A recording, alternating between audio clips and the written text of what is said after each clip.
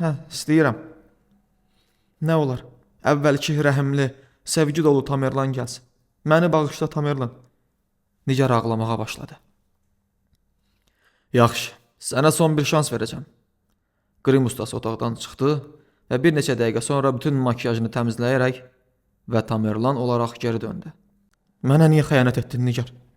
Məni niyə öldürdün? Mən axı səni hər şeydən, hər kəsdən çox sevirdim. Sənin hansı bir istəyini yerinə yetirmədim? Səni sevməkdən başqa nə günahım var idi mənim? Tamerlan, sən çox yaxşı insansan. Ancaq bilmədiyin şeylər var. Bunun səninlə əlaqəsi yoxdur.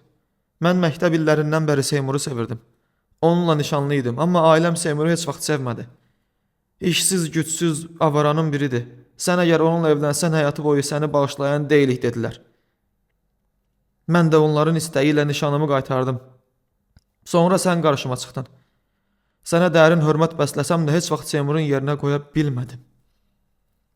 Bu dəfə də ailəm beynimi doldurdu. İşi var, gücü var, hörməti var, avara deyil. Ondan yaxşısını mı tapacaqsan dedilər. Mən də səninlə evləndim. Amma başa düş. İş, güc, hörmət, bunlar sevgi üçün yetərli deyil Tamerlan. Mən ki səni məcbur etmədim. Bunları başdan mənə danışsaydın, iki mədəni insan olaraq ayrıla bilərdik Nigar.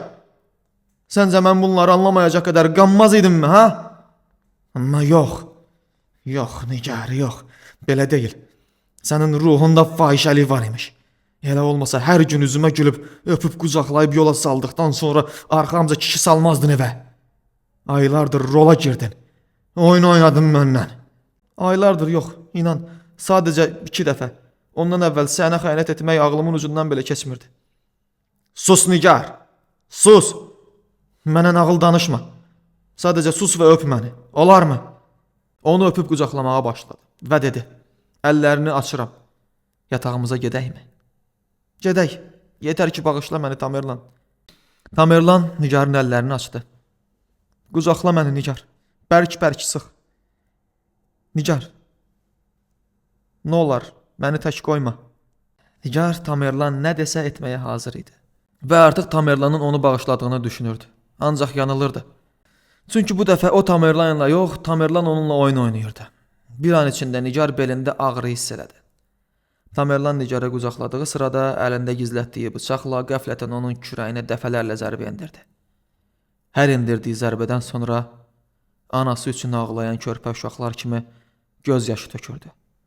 Çünki bu zərbələr bir anlamda həm eşqinə və könlünə endirilən zərbələr idi. Nigar Tamerlanın qolları arasında həyata gözlərini yumdu.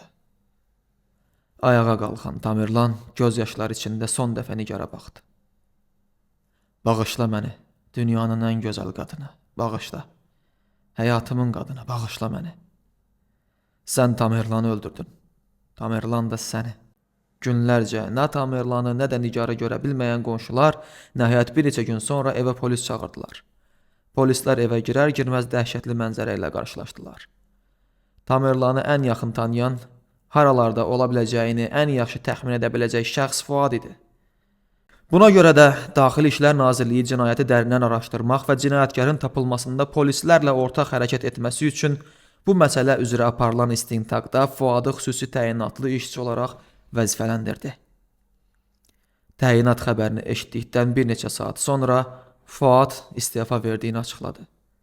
Daha sonra mətbuata istefa səbəbini açıqlayan Fuad öz açıqlamasında bunları qeyd etdi.